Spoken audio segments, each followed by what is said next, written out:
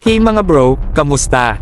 Tara, samahan niyo ako sa isang nakaka-excite na balita tungkol sa mundo ng depensang pandagat mula sa Elbit Systems.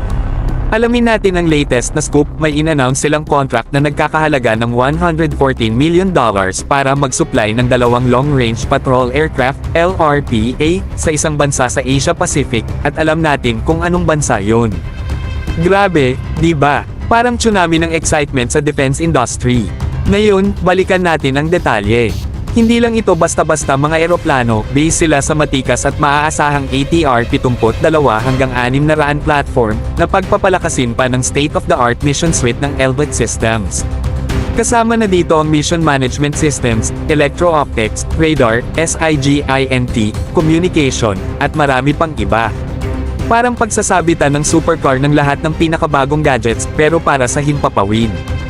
Pero eto ang twist, malamang natatanggapin ito ng Philippine Air Force, na handang palakasin ang kanilang kakayahan sa maritime patrol. Matagal na nilang ini-implement ang program para sa mga aircraft ng maritime patrol, kaya't handa na silang taasan ang antas ng kanilang surveillance.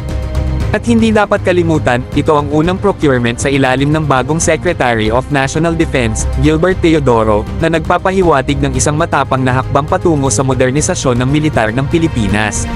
Ngayon, siguradong iniisip nyo, dadalhin ba ng mga LRPA ATR-72s na to ang anti-submarine warfare capabilities sa armed forces ng Pilipinas?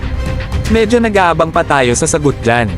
Hindi sinabi ng Elbit sa kanilang anunsyo kung may ASW equipment, kaya't medyo nasa suspense pa tayo.